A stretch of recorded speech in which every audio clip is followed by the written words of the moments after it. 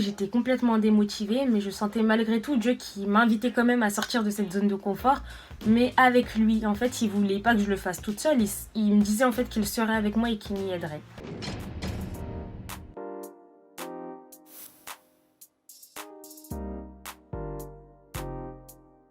Hello! Du coup, aujourd'hui, j'aimerais vous inviter à sortir de votre zone de confort. Donc, ce qui m'a amené à cette réflexion, c'est que dernièrement, pendant le confinement, je me suis rendu compte en fait que Dieu m'avait donné certains talents, certains dons, mais que je ne les exploitais pas, que je ne faisais rien avec et que j'étais dans une zone en fait de confort où j'avais déjà tout, mais que je ne faisais pas en sorte de rendre ces choses-là meilleures. Et du coup, je me suis donné une grosse liste de choses à faire pour sortir de ma zone de confort. Mais j'ai vu que j'étais pas du tout efficace et que c'était vraiment... j'arrivais à rien faire. Du coup, j'étais complètement démotivée, mais je sentais malgré tout Dieu qui m'invitait quand même à sortir de cette zone de confort, mais avec lui. En fait, il voulait pas que je le fasse toute seule. Il me disait en fait qu'il serait avec moi et qu'il m'y aiderait. Du coup, je me base sur une histoire de la Bible en fait qui se trouve dans Luc 19 verset 12 à 26 et en fait c'est Jésus qui raconte une parabole. Donc c'est un roi qui donne une pièce d'argent à ses trois serviteurs, une pièce d'or pardon à ses trois serviteurs, et du coup il s'en va et son souhait en fait c'est qu'à son retour ses serviteurs aient fait fructifier chaque pièce d'or qu'il leur a donnée. Et du coup, lorsqu'il revient, le premier serviteur a fait fructifier donc sa pièce et en récolte 10 en tout. Le deuxième en a 5 et le dernier en a toujours une et il n'a rien fait avec parce qu'il avait peur. Donc il s'est laissé conduire par la peur. Et du coup, le roi nomme gouverneur de 10 villes celui qui a récolté 10 pièces. Il nomme gouverneur de 5 villes celui qui en a récolté 5. Et celui qui en a récolté une n'a pas eu ce privilège.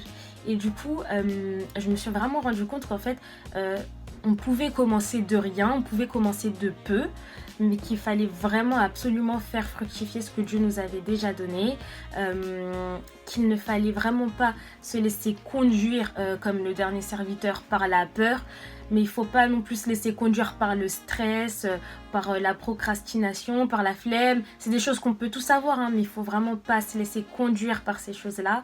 Et je me suis aussi rendu compte qu'il ne fallait pas toujours se donner des excuses et vraiment en fait décider d'en sortir, mais faire quelque chose, faire un pas. Et du coup, je me suis rendu compte que sortir de sa zone de confort, c'était inconfortable, mais c'est que Dieu avait sûrement, Dieu a sûrement une zone, en fait, une autre zone qu'il veut qu'on atteigne. Et du coup, mon encouragement serait vraiment de vous inviter à sortir de votre zone de confort, vous fixer des objectifs par jour afin d'avancer, mais le but, c'est pas de faire des grands pas directement comme moi, je me suis mis énormément la pression, mais le but, c'est vraiment en fait de chaque jour faire un pas, même s'il est petit, ça reste un pas et contribue à l'avancement. Et Dieu en fait est fier de nous et il nous aide en fait. Et on n'est pas seul en fait dans cette démarche, on n'est pas seul dans cette démarche pour sortir de notre zone de confort. Dieu est vraiment là avec nous, il nous y aide et vraiment il ne faut pas négliger les faibles commencements parce que ils y sont pour quelque chose et en fait Dieu finira par nous surprendre. Et je tiens vraiment à souligner qu'on a tous quelque chose, donc tu as quelque chose que Dieu t'a donné et que tu dois faire fructifier.